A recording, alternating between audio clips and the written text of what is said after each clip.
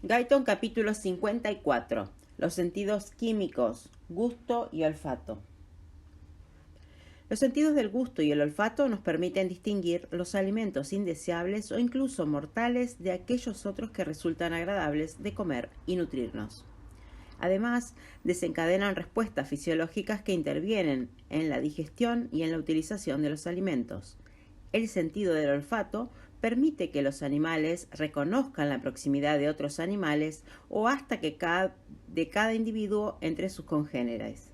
Por último, ambos sentidos se encuentran íntimamente ligados a funciones emocionales y conductuales primitivas de nuestro sistema nervioso.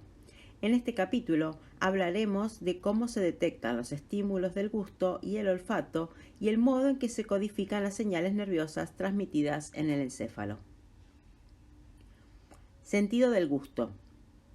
El gusto constituye sobre todo una función de las yemas gustativas de la boca, pero es una experiencia frecuente que el sentido del olfato también contribuya poderosamente a su percepción. Además, la textura de los alimentos detectada por la sensibilidad táctil de la boca y la presencia de sustancias que estimulan las terminaciones para el dolor, como la pimienta, modifica enormemente la experiencia gustativa. La importancia del gusto radica en el hecho de que permite a una persona escoger la comida en función de sus deseos y a menudo según las necesidades metabólicas de los tejidos corporales para cada sustancia específica. Sensaciones gustativas primarias.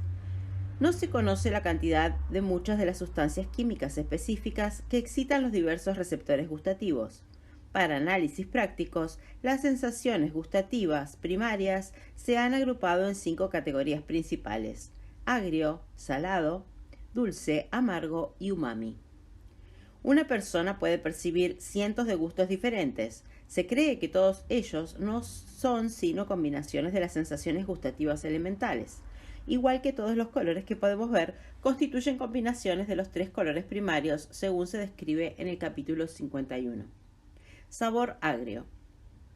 El sabor agrio está causado por los ácidos, es decir, por la concentración del ion hidrógeno, y la intensidad de esta sensación gustativa es aproximadamente proporcional al logaritmo de esta concentración del ion hidrógeno, es decir, cuanto más ácido sea un alimento, más potente se vuelve dicha sensación.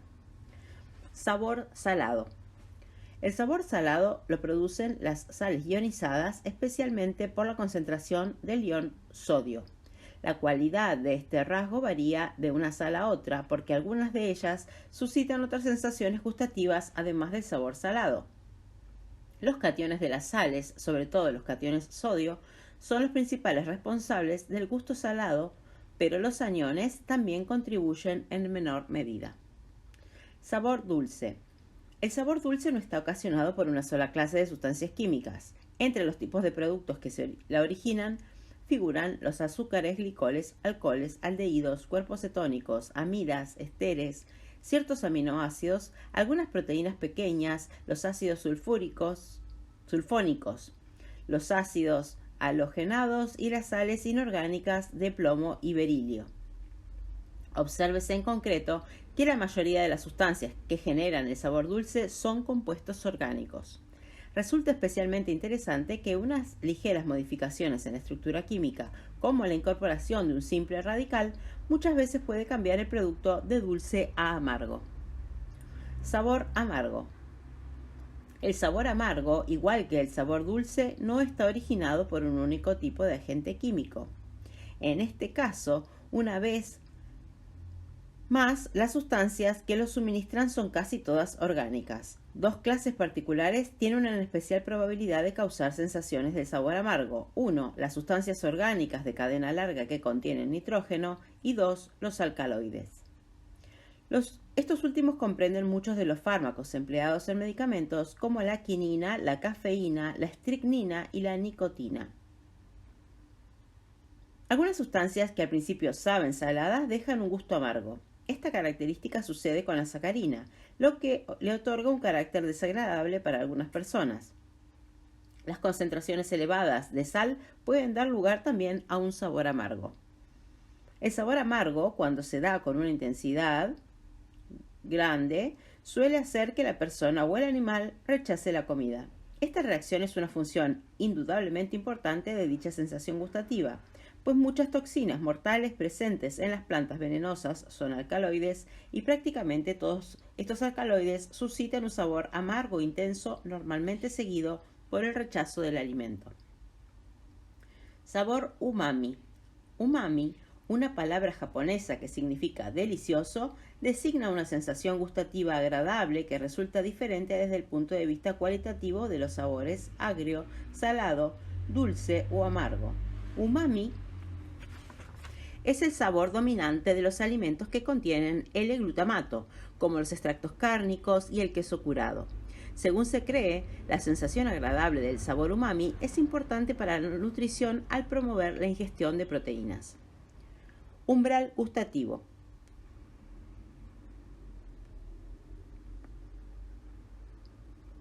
El umbral molar de estimulación para el sabor agrio debido al ácido clorhídrico oscila alrededor de los 0,0009 moles. En el caso del sabor salado, por el cloruro sódico es de 0,01 mol. Para el sabor dulce, por la sacarosa es de 0,01 mol. Para el sabor amargo, por la quinina es de 0,000008. 5 ceros. Moles. Obsérvese sobre todo que las sensaciones gustativas amargas son mucho más sensibles que todas las demás, lo que cumple una función protectora importante contra muchas toxinas peligrosas de los alimentos. La tabla 54.1 enumera los índices gustativos relativos, el inverso de los umbrales gustativos, de diferentes sustancias. En esta tabla, la magnitud de 4 de las sensaciones gustativas primarias quedan referidas respectivamente a las intensidades gustativas para el ácido clorhídrico, la quinina, la sacarosa y el cloruro sódico, a las que se asigna a forma arbitraria un índice gustativo de 1. Ceguera gustativa. Algunas personas están ciegas al gusto de cierta sustancia, sobre todo los diversos tipos de compuestos de la tiourea, un producto empleado a menudo por parte de los psicólogos para poner de manifiesto la ceguera gustativa es la feniltiocarbamida, para la que de un 15 al 30% de las personas muestran una ceguera gustativa. El porcentaje exacto depende del método de exploración y de la concentración de la sustancia. Tabla 54.1. Índices gustativos relativos de diferentes sustancias. Sustancias agrias.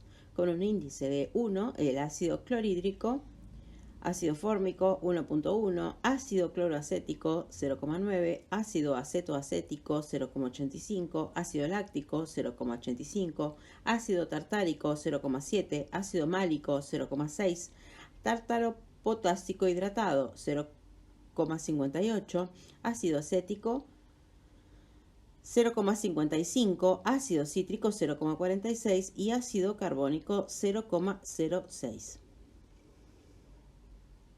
Sustancias amargas. Quinina 1, brucina 11, estricnina 3,1, nicotina 1,3, feniltiourea 0,9, cafeína 0,4, beratrina 0,2, pilocarpina 0,16, atropina 0,13, cocaína 0,02, morfina 0,02. Sustancias dulces. Con un índice 1, la sacarosa. 1 propóxidos amino 4 nitrobenceno 5000, sacarina 675, cloroformo 40, fructosa 1.7, alanina 1.3, glucosa 0,8, maltosa 0,45, galactosa 0,32 y lactosa 0,3. Sustancias saladas. Con un índice de 1 tenemos al cloruro de sodio. Con un índice de 2, el fluoruro de sodio. Con un índice de 1, el cloruro de calcio. 0,4, el bromuro de sodio. 0,35, el ioduro de sodio. 0,4, el cloruro de litio. 2,5, el cloruro de amonio y 0,6 el cloruro de potasio. Yemas gustativas y su función. La figura 54.1b muestra una yema o botón gustativo que tiene un diámetro aproximado de 1/30 milímetros y una longitud en torno a 1/16 milímetros. La yema gustativa está compuesta por células epiteliales, algunas de las cuales son de soporte llamado células de sostén y otras se denominan células gustativas. Hay unas 100 células gustativas en cada yema. Estas últimas se encuentran sometidas a una reposición continua por división mitótica de las células epiteliales vecinas, de manera que algunas células gustativas son jóvenes, mientras que otras son maduras, se hallan hacia el centro de la yema y pronto se degradan y se disuelven. Se ha estimado que la vida media de cada célula gustativa es de unos 10 días, aunque existe una variación considerable, de manera que algunas células gustativas se eliminan al cabo de apenas 2 días, mientras que otras sobreviven más de 3 semanas. Los extremos externos de las células gustativas están dispuestos en torno a un minúsculo poro gustativo, representado en la figura 54.1b. Desde este punto sobresalen varias microvellosidades o cilios gustativos que se dirigen hacia la cavidad oral en el poro gustativo. Estas microvellosidades proporcionan la superficie receptora para el gusto. Entretejida alrededor de los cuerpos de las células gustativas hay toda una red terminal ramificada de fibras nerviosas gustativas que recibe el estímulo de las células receptoras del gusto. Algunas se invaginan en pliegues de la membrana de la célula gustativa. Debajo de la membrana celular se forman muchas vesículas cerca de las fibras. Se cree que estas vesículas contienen una sustancia neurotransmisora que se libera a través de la membrana celular para excitar las terminaciones de las fibras nerviosas como respuesta a la estimulación gustativa. Localización de las yemas gustativas. Las yemas gustativas se encuentran en los 3 tipos siguientes de papilas linguales. Figura 54.1a.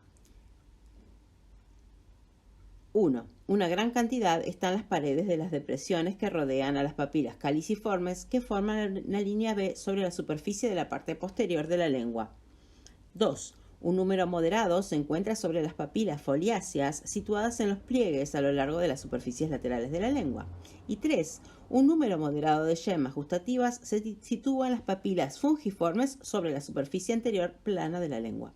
Existen otras yemas gustativas más en el paladar y unas pocas en los pilares amigdalinos, en la epiglotis e incluso en la parte proximal del esófago. Los adultos poseen de 3.000 a 10.000 yemas gustativas y los niños tienen unas pocas más. Pasados los 45 años, muchas yemas degeneran, lo que derivan en la sensibilidad del gusto disminuya en el anciano. Especificidad de las yemas gustativas para un estímulo gustativo primario. Los estudios mediante la colocación de microelectrodos en yemas gustativas aisladas muestran que cada una suele responder básicamente a uno de los 5 estímulos gustativos primarios cuando la sustancia saboreada presenta una concentración baja. Sin embargo, a alta concentración la mayoría puede excitarse por 2 o más de estos estímulos, así como por unos pocos estímulos gustativos más que no encajan dentro de las categorías primarias. Mecanismo de estimulación de las yemas gustativas. Potencial de receptor. La membrana de la célula gustativa, igual que la mayoría de las demás células receptoras sensitivas, tiene una carga negativa en su interior con respecto al exterior. La aplicación de una sustancia con sabor sobre los cilios gustativos provoca una pérdida parcial de este potencial negativo, es decir, la célula gustativa se despolariza. En la mayor parte de los casos, el descenso de potencial dentro de un rango amplio es aproximadamente proporcional al logaritmo de la concentración de la sustancia estimulante. Este cambio de potencial eléctrico en la célula gustativa se llama potencial receptor para el gusto. El mecanismo por el que la mayoría de las sustancias estimulantes reaccionan con las vellosidades gustativas para poner en marcha el potencial de receptor consiste en la unión del producto químico con sabor a una molécula proteica receptora situada sobre la cara externa de la célula gustativa cerca de la membrana de una vellosidad o sobresaliendo de ella. Esta acción, a su vez, abre canales iónicos, lo que permite que los iones sodio e hidrógeno con carga positiva penetren y despolaricen la negatividad normal de la célula. A continuación, el compuesto con sabor resulta arrastrado gradualmente fuera de la vellosidad gustativa por la saliva que retira el estímulo. El tipo de proteína receptora de cada vellosidad gustativa determina el tipo de gusto que vaya a recibirse. Para los iones sodio e hidrógeno, que promueven las sensaciones de sabor salado y agrio respectivamente, las proteínas receptoras abren canales iónicos específicos, como el canal de sodio epitelial, o ENaC, en la membrana apical de las células gustativas, lo que activa los receptores.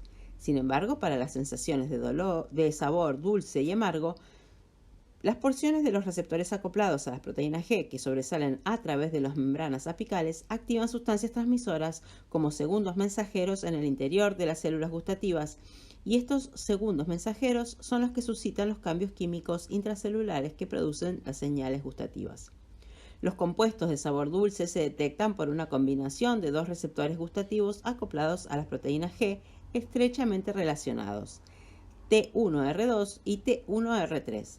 Según se cree, los receptores responsables del sabor umami son un complejo de proteínas T1R1 y T1R3. Así, T1R3 parece funcionar como un receptor para los sabores dulce y umami.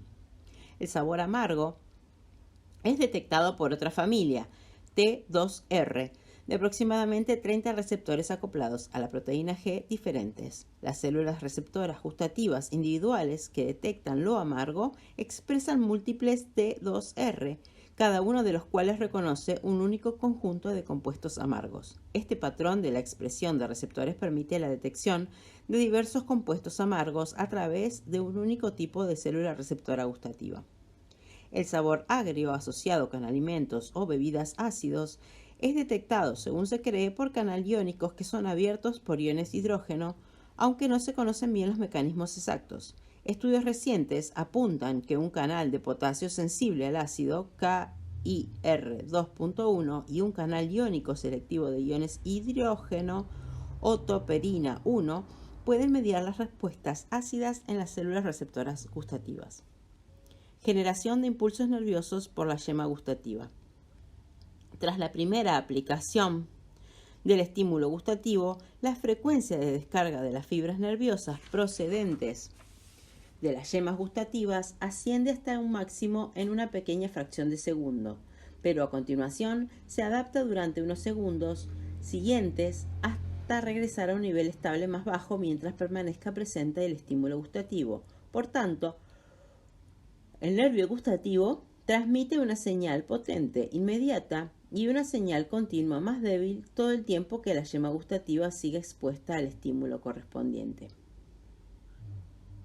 Transmisión de las señales gustativas en el sistema nervioso central. Las figuras 54.1 y 54.2 muestran las vías neuronales para la transmisión de las señales gustativas desde la lengua y la región faríngea hacia el sistema nervioso central. Los impulsos gustativos procedentes de los 2/3 anteriores de la lengua se dirigen primero hacia el nervio lingual, a continuación van por la cuerda del tímpano hacia el nervio facial y finalmente llegan al núcleo del tracto solitario en el tronco del encéfalo. Las sensaciones gustativas de las papilas caliciformes situadas en el dorso de la lengua y en otras regiones posteriores de la boca de la garganta se transmiten a través del nervio glosofaríngeo, también hacia el tracto solitario, pero a un nivel un poco más inferior. Finalmente, unas cuantas señales gustativas se conducen hacia el tracto solitario desde la base de la lengua y otras porciones de la región faríngea por medio del nervio vago. Todas las fibras gustativas hacen sinapsis en los grupos del tracto solitario situados en la región posterior del tronco del encéfalo. Estos núcleos envían neuronas del segundo orden hacia la pequeña zona del núcleo ventral posterior-medial del tálamo, que queda un poco medial a las terminaciones talámicas correspondientes a las regiones faciales del sistema de la columna dorso-laminsko-medial. Desde el tálamo, las neuronas de tercer orden se dirigen hacia el polo inferior de la circunvalación postcentral en la corteza cerebral parietal, en la región donde se produce su giro hacia la profundidad de la cisura de Silvio y hacia el área insular opercular adyacente. Esta última queda un poco lateral, ventral y rostral a la zona somática cerebral 1.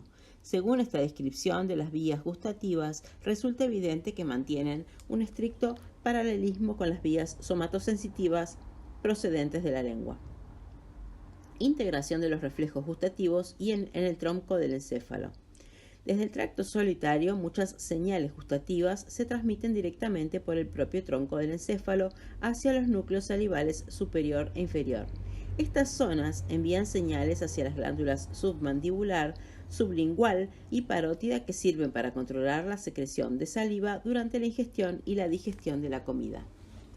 Rápida adaptación del gusto. Todo el mundo está acostumbrado al hecho de que las sensaciones gustativas se adaptan con rapidez. Muchas veces lo hacen prácticamente por completo en un plazo de 1 minuto más o menos tras su estimulación continua. Con todo, según los estudios electrofisiológicos realizados con las fibras nerviosas gustativas, está claro que la adaptación de las yemas gustativas normalmente no explica más que la mitad de esta rápida adaptación del gusto. Por tanto, el grado final de adaptación tan extremo que suceden en el sentido del gusto ocurre casi con seguridad con el sistema nervioso central, aunque no se conozcan cuáles son sus mecanismos. Se trata de un mecanismo de adaptación diferente del que se da la mayoría de los demás sistemas sensitivos, cuya adaptación se produce principalmente a nivel de los receptores. Preferencias gustativas y control del régimen alimentario. Las preferencias gustativas no significan nada más que un animal elegirá ciertos tipos de comida por encima de otros y que recurre automáticamente a este mecanismo como medio para controlar el tipo de alimentación que consume. Además, sus preferencias gustativas cambian a menudo en función de las necesidades corporales de ciertas sustancias específicas. Los siguientes experimentos ponen de manifiesto esta capacidad de los animales para escoger la comida según las necesidades de sus organismos. En primer lugar, después de una suprarrenalactomía de los animales hiponatrémicos se decantan automáticamente por beber agua con una concentración elevada de cloruro sódico por encima del agua pura, y muchas veces la cantidad de cloruro de sodio en el agua basta para cubrir las necesidades corporales y evitar la muerte por pérdida de sodio. En segundo lugar, un animal que reciba inyecciones con una cantidad excesiva de insulina sufre una pérdida de azúcar en la sangre y selecciona mecánicamente la más dulce de las comidas entre muchas opciones. En tercer lugar, los animales parotiroidectomizados, o sea, sin la glándula paratiroides, con pérdida de calcio se inclinan instintivamente por beber agua con una concentración elevada de cloruro cálcico. Estos mismos fenómenos también se observan en la vida cotidiana. Por ejemplo, se sabe que los depósitos de sal de las regiones desérticas atraen animales de todas partes. Asimismo, los seres humanos rechazan alimentos que produzcan una sensación afectiva desagradable, lo que en muchas ocasiones protege nuestros organismos de sustancias indeseables. El fenómeno de la preferencia gustativa obedece casi con seguridad a algún mecanismo localizado en el sistema nervioso central y no en los receptores gustativos, aunque estos últimos suelen quedar sensibilizados a favor de un nutriente necesario. Una razón importante para pensar que la preferencia gustativa consiste sobre todo en un fenómeno propio del sistema nervioso central radica en que las experiencias acumuladas con sabores agradables y desagradables cumplen un cometido importante para determinar las preferencias gustativas de cada uno. Por ejemplo, si una persona se pone enferma poco después de comer un tipo concreto de comida, por lo común va a encontrar a partir de entonces una preferencia gustativa negativa o aversión gustativa hacia ese alimento en particular. Este mismo efecto puede ponerse de manifiesto en muchos otros mamíferos. Guyton capítulo 54. Los sentidos químicos, gusto y olfato. Sentido del olfato. Parte 2. Sentido del olfato. El olfato es el menos conocido de nuestros sentidos, debido en parte al hecho de que constituye un fenómeno subjetivo que no puede estudiarse con facilidad en los animales inferiores. Otro problema que complica la situación es que el sentido del olfato está poco desarrollado en los seres humanos, en comparación con lo que sucede en muchos animales inferiores. Membrana olfatoria. La membrana olfatoria, cuya histología se ofrece en la figura 54.3, ocupa la parte superior de la cavidad nasal. En sentido medial, se dobla hacia abajo a lo largo de la superficie del tabique en su parte superior. En sentido lateral, se pliega sobre el cornete superior e incluso sobre una pequeña porción de la cara superior del cornete medio. En el ser humano, la membrana olfatoria ocupa un área superficial total de unos 5 centímetros cuadrados. Las células olfatorias son células receptoras para la sensación del olfato. Las células olfatorias, ver figura 54.3, son en realidad células nerviosas bipolares derivadas en principio del propio sistema nervioso central. Hay más o menos 100 millones de ellas en el epitelio olfatorio intercaladas entre las células de sostén, según se observa en la figura 54.3. El extremo mucoso de la célula olfatoria forma un botón desde el que nacen de 4 a 25 cilios olfatorios, también llamados pelos olfatorios, que tienen un diámetro de 0,3 micrones y una longitud de hasta 200 micrones. Micrómetros sería, ¿no? Y se proyectan hacia un moco que reviste la cara interna de las fosas nasales. Estos cilios olfatorios que se proyectan crean una densa maraña en el moco y son los encargados de reaccionar a los olores del aire y estimular las células olfatorias, según se explica más adelante. Esparcidos entre las células olfatorias de la membrana olfatoria hay muchas glándulas de Bowman, pequeñas que secretan moco hacia la superficie de esta última. Estimulación de las células olfatorias. Mecanismo de excitación de las células olfatorias. La parte de cada célula olfatoria que responde a los estímulos químicos de este carácter son los cilios olfatorios. La sustancia olorosa, al entrar en contacto con la superficie de la membrana olfatoria, primero difunde hacia el moco que cubre los cilios y a continuación se une a las proteínas receptoras presentes en la membrana de cada cilio. Ver figura 54.4. En realidad, cada proteína receptora es una molécula larga que se abre paso a través de la membrana, doblándose unas 7 veces hacia adentro y hacia afuera. El compuesto oloroso sería la sustancia odorífera o el volátil. Se une a la porción de la proteína receptora que se vuelve hacia el exterior. Sin embargo, la parte interna de la proteína plegada está acoplada a la proteína G, que en sí es una combinación de 3 subunidades. Al excitarse la proteína receptora, se desprende la subunidad alfa de la proteína G y activa la adenilato ciclasa, que está fija al interior de la membrana ciliar cerca del cuerpo de la célula receptora. A su vez, la ciclasa activada convierte muchas moléculas de trifosfato de adenosina intracelular en monofosfato de adenosina cíclico o AMP cíclico. Finalmente, este AMP cíclico activa otra proteína cercana de la membrana, un canal activado para el ion sodio que abre su compuerta y permite la entrada de una gran cantidad de iones sodio a través de la membrana hacia el citoplasma de la célula receptora. Los iones sodio elevan el potencial eléctrico dentro de la membrana celular en sentido positivo, lo que excita a la neurona olfatoria y transmite potenciales de acción hacia el sistema nervioso central por medio del nervio olfatorio. Sería el par 1. La importancia de este mecanismo para activar los nervios olfatorios estriba en que multiplica enormemente el efecto excitador hasta del más débil de los compuestos olorosos. En resumen, 1. La activación de la proteína receptora por la sustancia olorosa estimula el complejo de la proteína G. 2. Esto, a su vez, activa múltiples moléculas de adenilato ciclasa por dentro de la membrana de la célula olfatoria.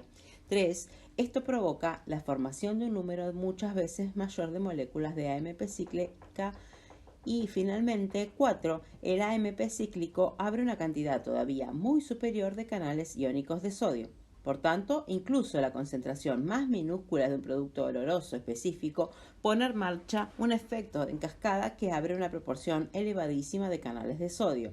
Este proceso explica la exquisita sensibilidad de las neuronas olfatorias incluso frente a la cantidad más leve de sustancias olorosas. Además, el mecanismo químico básico por el que se activan las células olfatorias, diversos factores físicos influyen sobre su grado de estimulación. En primer lugar, solo es posible oler las sustancias volátiles que pueden inhalarse por la cavidad nasal. En segundo lugar, la sustancia estimulante ha de tener al menos un carácter un poco hidrosoluble para que sea capaz de atravesar el moco y llegar a los cilios olfatorios. En tercer lugar, es útil que además sea como mínimo un tanto liposoluble, que se supone que debido a los componentes lipídicos del cilio constituyen una débil barrera para los productos que no sean liposolubles.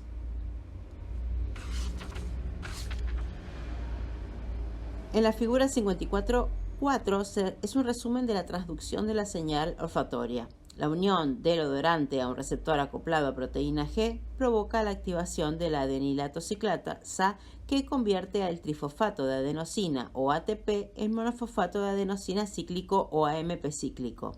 El AMP cíclico activa un canal de sodio controlado por compuerta que eleva el aflujo de sodio y despolariza la célula, con lo que excita la neurona olfatoria y transmite potenciales de acción al sistema nervioso central a través del nervio olfatorio.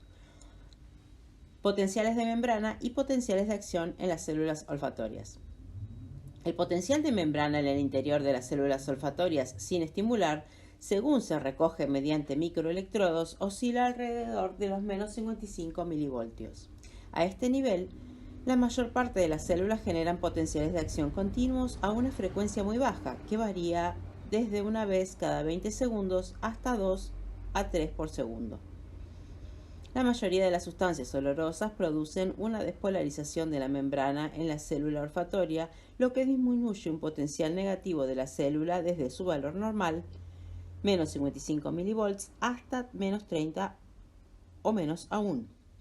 Junto a esto, el número de potenciales de acción crece de 20 a 30 por segundo, lo que representa una frecuencia alta para las diminutas fibras nerviosas olfatorias. Dentro de un amplio intervalo, la frecuencia de impulsos del nervio olfatorio cambia aproximadamente en proporción al logaritmo de la intensidad del estímulo, lo que manifiesta que los receptores olfatorios obedecen a unos principios de transducción similares a los que siguen otros receptores sensitivos. Rápida adaptación de las sensaciones olfatorias. Los receptores olfatorios se adaptan alrededor del 50% más o menos durante el primer segundo después de la estimulación. A partir de ahí, el proceso ya sigue un poco más con una gran lentitud. En cambio, todos sabemos por nuestra propia experiencia que las sensaciones olfatorias se adaptan casi hasta su extinción en el plazo de en torno a un minuto después de entrar en una atmósfera cargada con un olor muy penetrante.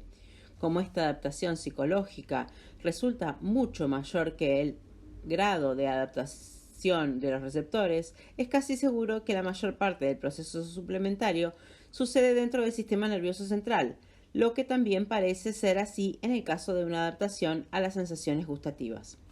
Un mecanismo neuronal propuesto para la adaptación es el siguiente.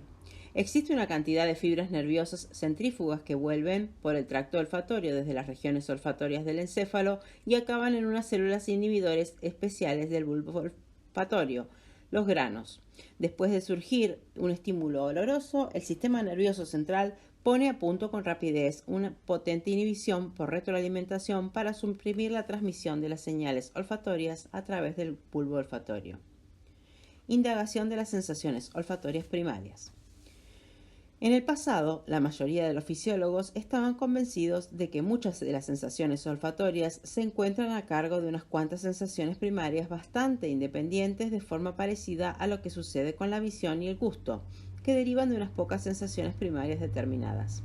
A raíz de los estudios psicológicos, un intento de clasificar estas sensaciones es la siguiente: 1. Alcanforado, 2. Almizcleño, 3. Floral, 4. Mentolado, 5. Etéreo, 6. Acre y 7. Pútrido.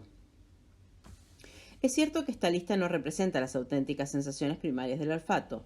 Múltiples datos, como los estudios específicos sobre los genes que codifican las proteínas receptoras, indican la existencia de un mínimo de 100 sensaciones olfatorias primarias, en acusado contraste con las meras 3 sensaciones primarias de color detectadas por los ojos y con las 5 del gusto percibidas por la lengua. Algunos estudios sugieren que pueden existir hasta 1000 tipos diferentes de receptores de olores.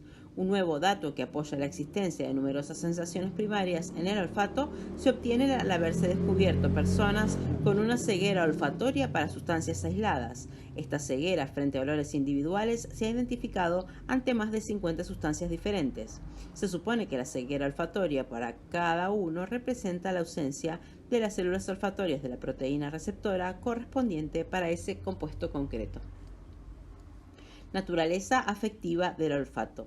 El olfato, aún más que el gusto, posee una cualidad afectiva agradable o desagradable, y por ello probablemente aún es más importante que este sentido en la selección de los alimentos. Una persona que haya consumido con anterioridad una comida que le sentara mal, suele sentir náuseas ante su olor en una segunda ocasión. A la inversa, un perfume con las cualidades correctas puede ser un poderoso estimulante de las emociones humanas. Por ende, en algunos animales, los olores cumplen la misión de excitantes primarios del impulso sexual. Umbral para el olfato. Una de las principales características del olfato es la minúscula cantidad del agente estimulante presente en el aire que es capaz de suscitar una sensación olfatoria. Por ejemplo, la sustancia metilmercapanto puede olerse con la presencia solo de una 25 billonésima de gramo en cada mililitro de aire. Debido a este umbral tan bajo, dicha sustancia se mezcla con el gas natural para otorgarle un olor que pueda detectarse cuando se fugue una cantidad aún pequeña en una tubería. Gradaciones de las intensidades del olor. Aunque las concentraciones umbrales de las sustancias que suscitan los olores son pequeñísimas para muchos productos olorosos, sino para la mayoría, unos valores nada más que de 10 a 50 veces por encima del umbral provocan la máxima intensidad olfatoria. Este intervalo de discriminación de la intensidad choca con lo que sucede en la mayor parte de los demás sistemas sensitivos del cuerpo, cuyos límites entre los que se distinguen las intensidades son inmensos. Por ejemplo, de 500.000 a 1 para los ojos, de 1.000.000 a 1 para los oídos. Dicha diferencia podría explicarse por el hecho de que el olfato está relacionado más con la detección de la presencia o ausencia de los olores que con la determinación cuantitativa de sus intensidades. Transmisión de las señales olfatorias hacia el sistema nervioso central. Las porciones olfatorias del encéfalo figuraron entre las primeras estructuras cerebrales desarrolladas en los animales primitivos, y la gran parte del resto del cerebro se fue formando alrededor de este origen olfatorio. En realidad, parte del cerebro que al principio se dedicaba al olfato, más tarde evolucionó hacia las estructuras encefálicas basales que controlan las emociones y otros aspectos de la conducta humana. En este sistema es el que llamamos sistema límbico, estudiado en el capítulo 59. Transmisión de las señales olfatorias hacia el bulbo olfatorio. El bulbo olfatorio, que está presentado en la figura 54.5, en las fibras nerviosas olfatorias que bajan desde el bulbo, se llama par craneal 1 o tracto olfatorio. Sin embargo, en realidad, tanto el tracto como el bulbo constituyen una prolongación anterior del tejido cerebral que emerge desde la base del encéfalo. La dilatación bulbosa en su extremo, el bulbo olfatorio, se halla sobre la lámina cribosa que separa la cavidad craneal de los tramos superiores de las fosas nasales. La lámina cribosa presenta múltiples perforaciones reducidas a través de las células, de las cuales asciende un número idéntico de pequeños nervios desde la membrana olfatoria en la cavidad nasal para entrar en el bulbo olfatorio dentro de la cavidad craneal. La figura 54.3 pone de manifiesto la íntima relación entre las células olfatorias de la membrana olfatoria y el bulbo olfatoria, mostrando unos axones cortos que salen de ellas para acabar en múltiples estructuras globulares dentro del bulbo olfatorio que se llaman glomérulos. Cada bulbo posee varios millones de estos glomérulos y cada uno de ellos es el punto de determinación de unos 25.000 axones procedentes de las células olfatorias. Todo glomérulo también es la estación terminal para las dendritas de unas 25 grandes células mitrales y unas 60 células de Panach o más pequeñas, cuyos cuerpos celulares se hallan en el bulbo olfatorio por encima de los glomérulos. Estas dendritas reciben sinapsis de las células neuronales olfatorias y las células mitrales, y en penacho envían axones a través del tracto olfatorio para transmitir señales olfatorias hasta niveles superiores en el sistema nervioso central. Algunas investigaciones han hecho pensar que los distintos glomérulos responden a olores diferentes. Es posible que cada glomérulo en cuestión sea el indicio real para analizar las diversas señales olorosas transmitidas hacia el sistema nervioso central. Vías olfatorias primitivas y nuevas hacia el sistema nervioso central. El tracto olfatorio penetra en el encéfalo a nivel de la unión anterior entre el mesencéfalo y el cerebro. Allí se divide en dos vías según se observa en la figura 54.5. Una que sigue en sentido medial hacia el área olfatoria medial del cerebro y la otra en sentido lateral hacia el área olfatoria cerebral.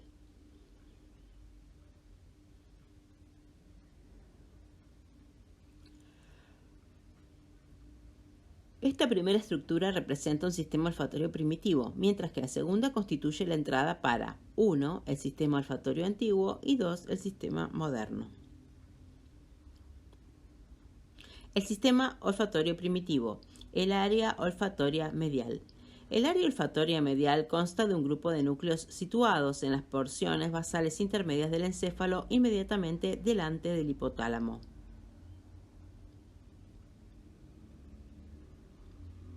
Más visibles resultan los núcleos septales, que son núcleos de la línea media que se nutren en el hipotálamo y otras porciones primitivas del sistema límbico cerebral. Esta es la región del cerebro más vinculada con el comportamiento básico, descrito en el capítulo 59.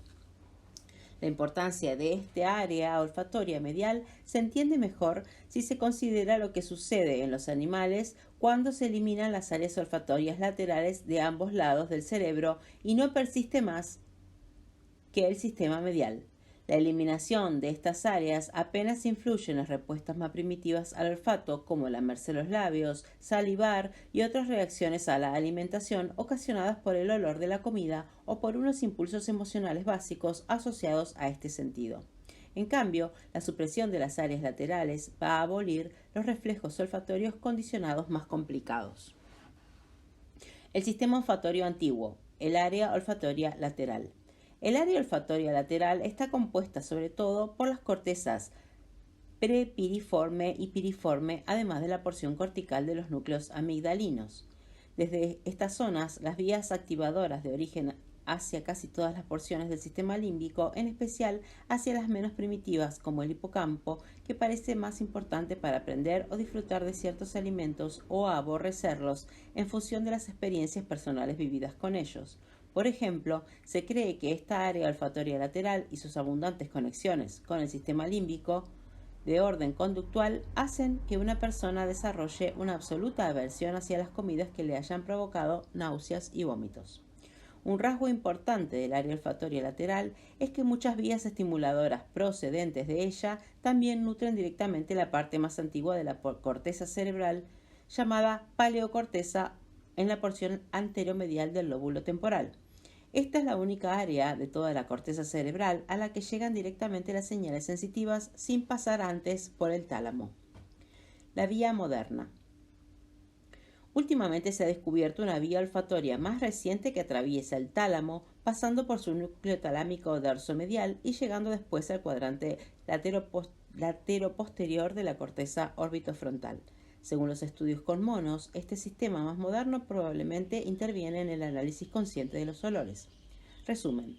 Por tanto, parece haber un sistema olfatorio primitivo que se encarga de los reflejos olfatorios básicos, un sistema antiguo que aporta un control automático pero que parte adquiriendo sobre el consumo de comida y la aversión de los alimentos tóxicos y nocivos, y un sistema moderno que es comparable a la mayoría de los demás sistemas sensitivos corticales y se aplica a la percepción consciente y análisis del olfato. Control centrífugo de la actividad en el bulbo olfatorio por parte del sistema nervioso central. Muchas fibras nerviosas que nacen en las porciones olfatorias del cerebro siguen un trayecto hacia el exterior por el tracto olfatorio hasta el bulbo olfatorio, es decir, centrífugo desde el cerebro hacia la periferia. Estas fibras nerviosas acaban en una gran cantidad de pequeños granos situados en las células mitrales y en penacho en el bulbo olfatorio. Los granos envían señales inhibidoras hacia estos dos tipos de células. Esta retroalimentación negativa podría constituir un medio para acentuar la capacidad específica de distinguir un olor de otro.